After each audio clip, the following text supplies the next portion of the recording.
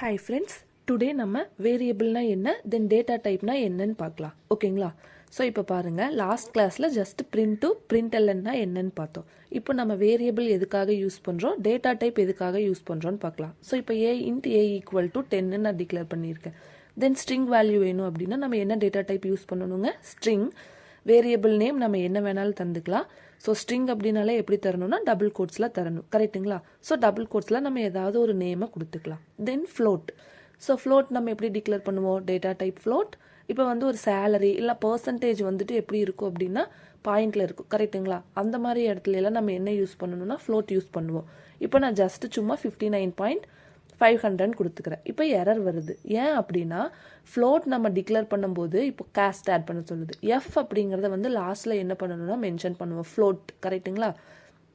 So ஜாவாவில் float value declare பண்ணும்போது லாஸ்ட்டில் நம்ம என்ன பண்ணணும்னா எஃப். இல்லை அப்படின்னா இப்போ டேட்டா டைப் கன்வெர்ட் பண்ணுவோங்களா, ஸோ ஃப்ளோட் ஆஃப் அப்படின்னு கொடுத்துட்டா இப்போ இதுக்கு என்ன மீனிங்னா நான் இங்கே கொடுத்துருக்க வேல்யூ ஃப்ளோட்டில் இருக்குது.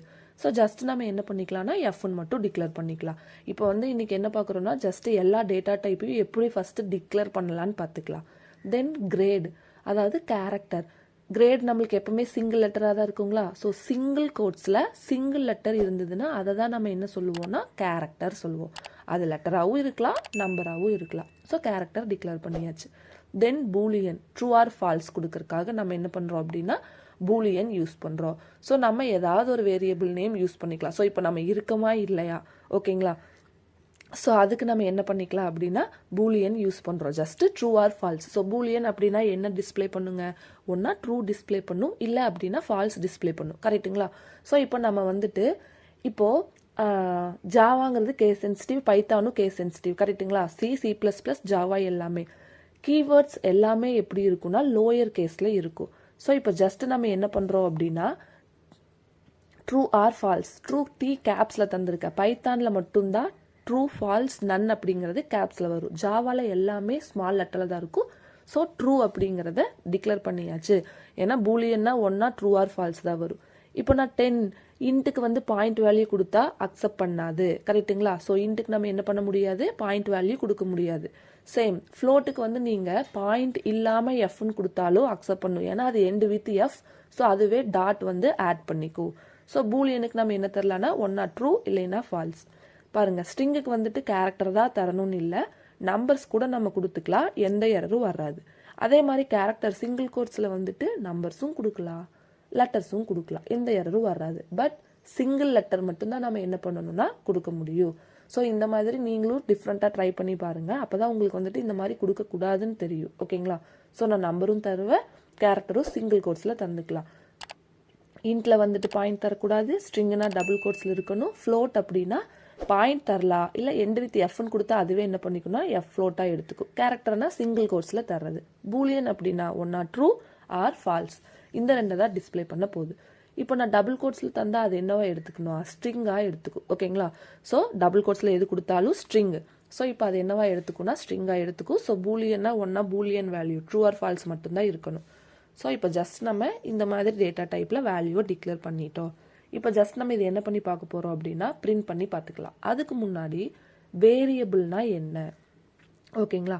ஸோ வேரியபிள் எதுக்காக யூஸ் பண்ணுறோங்க, ஒரு வேல்யூவை மெமரியில் ஸ்டோர் பண்ணுறதுக்கு நம்மளுக்கு வேணும். இப்போ நம்மளுக்கு எப்படி நேம் இருக்கோ அதே மாதிரி அதுக்கு வேணும். ஸோ இப்போ ஜஸ்ட் நான் ஏவை பிரிண்ட் பண்ணுறேன், பிரிண்ட் பண்ணிவிட்டு ரன் பண்ணலாம். ஏவோட வேல்யூ என்னன்னு டிஸ்பிளே ஆயிடுச்சு, 10ன்னு டிஸ்பிளே ஆயிடுச்சு, கரெக்டுங்களா.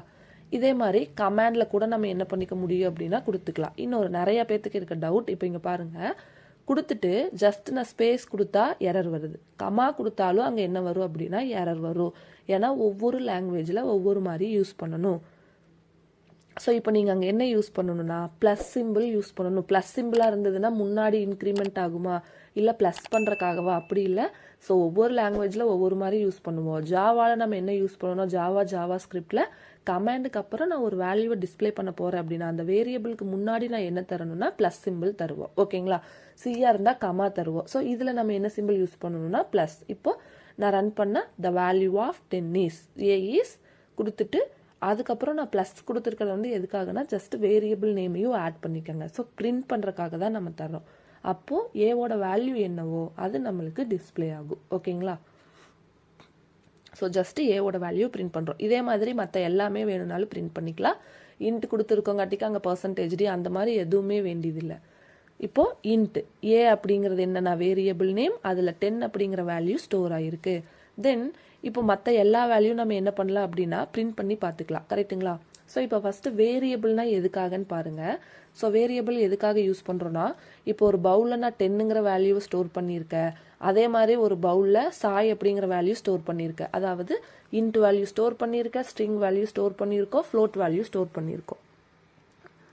இப்போ நான் 2 பவுல் கொடுத்துருக்கேன். இப்போ இந்த 2 பவுல் இருக்குன்னா நம்ம எப்படி ஐடென்டிஃபை பண்ணுவோம்னா, அதோட நேமை வச்சு தான் நம்ம என்ன பண்ண முடியும் அப்படின்னா ஐடென்டிஃபை பண்ண முடியும். கரெக்டுங்களா?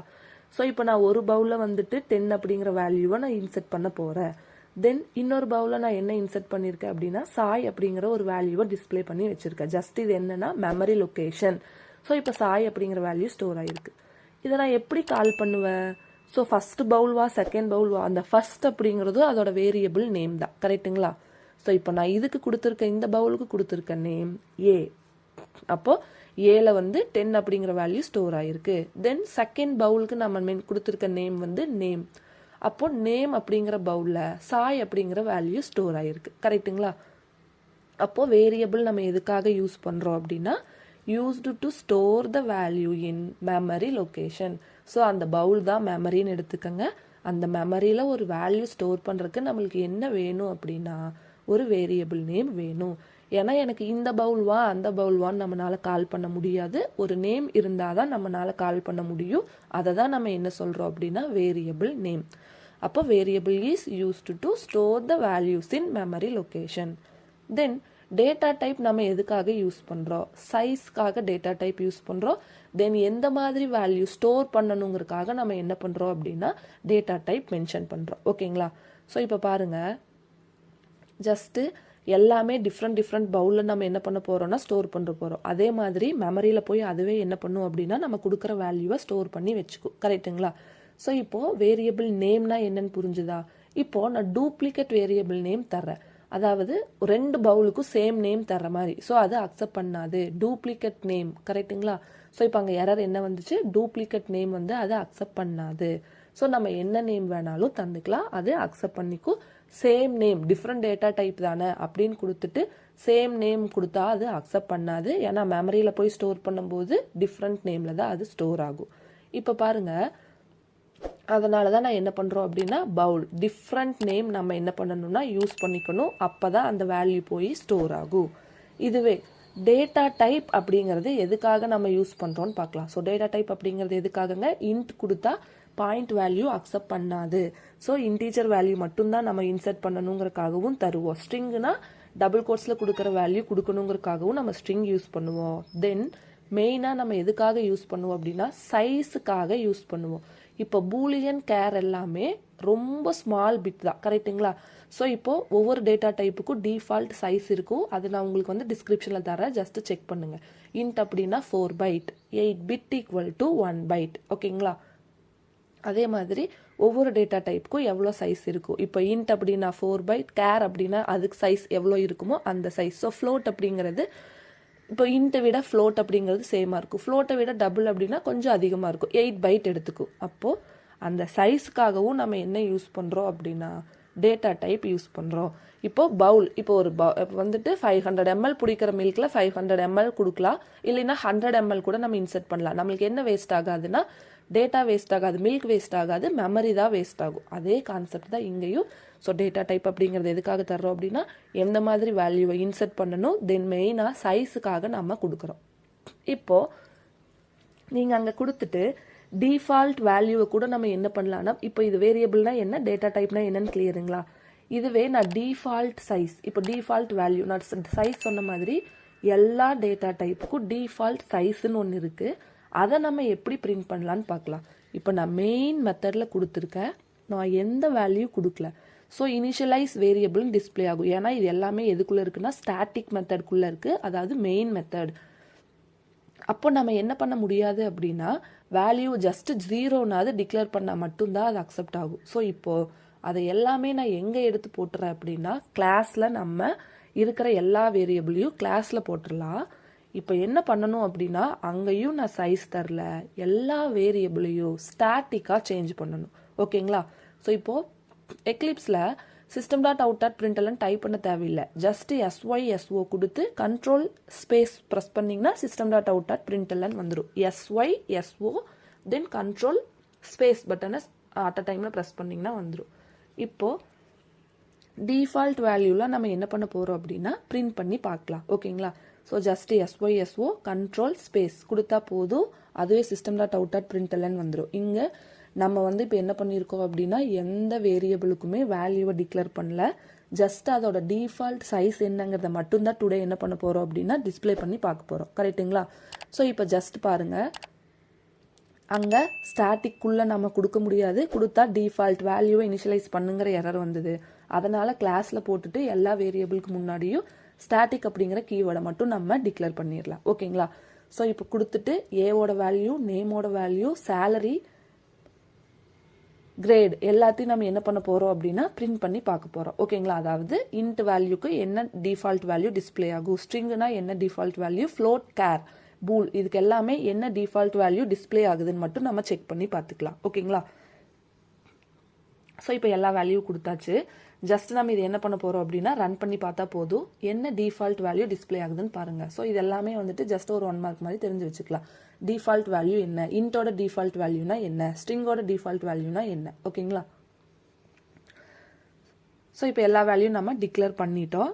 ஜஸ்ட் நம்ம என்ன பண்ணால் போதும் அப்படின்னா நம்ம அங்கே எந்த வேல்யூவும் டிக்ளேர் பண்ணல, வேரியபிள் மட்டும் நம்ம கொடுத்துருக்கோம்.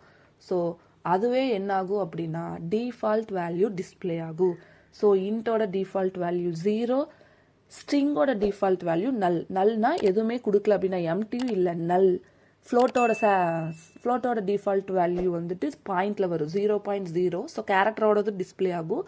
தென் பூலியனோட டிஃபால்ட் வேல்யூ ஃபால்ஸ். நம்ம பூலியனுக்கு என்ன மட்டும்தான் தருவோம் அப்படின்னா ஒன்னா ட்ரூ ஆர் ஃபால்ஸ் தருவோம். ஸோ பூலியனோட டிஃபால்ட் வேல்யூ என்ன அப்படின்னா ஃபால்ஸ். ஓகேங்களா? ஸோ அதுதான் பூலியனோட டிஃபால்ட் வேல்யூ. இதே மாதிரி நீங்களும் ஜஸ்ட் ட்ரை பண்ணி பாருங்க. மெயின் மெத்தட்குள்ள நம்மளால ஸ்டாட்டிக் மெத்தட்குள்ள, ஏன்னா static means does not change. அப்போ நான் ஸ்டாட்டிக் மெத்தட்ல வேல்யூ இல்லாமல் என்னால் டிக்ளேர் பண்ண முடியாது. அதனால தான் நம்ம என்ன பண்ணியிருக்கோம்னா கிளாஸ்க்குள்ளே கொடுத்து அதை ஸ்டாட்டிக் வேரியபிளாக கொடுத்துட்டோம். ஓகேங்களா? அதுதான் ரீசன். ஸ்டாட்டிக்ல ஏன் எரர் வந்ததுன்னா ஸ்டாட்டிக் மெத்தட்னா ஸ்டாட்டிக் டஸ் நாட் சேஞ்ச், அதனால் நம்ம யூஸ் பண்ண முடியாது. ஸோ அதை கிளாஸ்க்குள்ளே கொடுத்துட்டு ஜஸ்ட் ஸ்டாட்டிக் அப்படிங்கிற கீவேர்டை மட்டும் டிக்ளேர் பண்ணிட்டோம். ஓகேங்களா?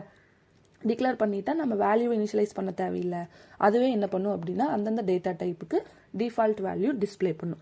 ஸோ இதே மாதிரி நீங்களும் ட்ரை பண்ணுங்க. ஏதாவது டவுட்னா கமெண்ட் பண்ணுங்க. மறக்காம என்னோட யூடியூப் சேனலை சப்ஸ்கிரைப் பண்ணிக்கோங்க. தேங்க்யூ.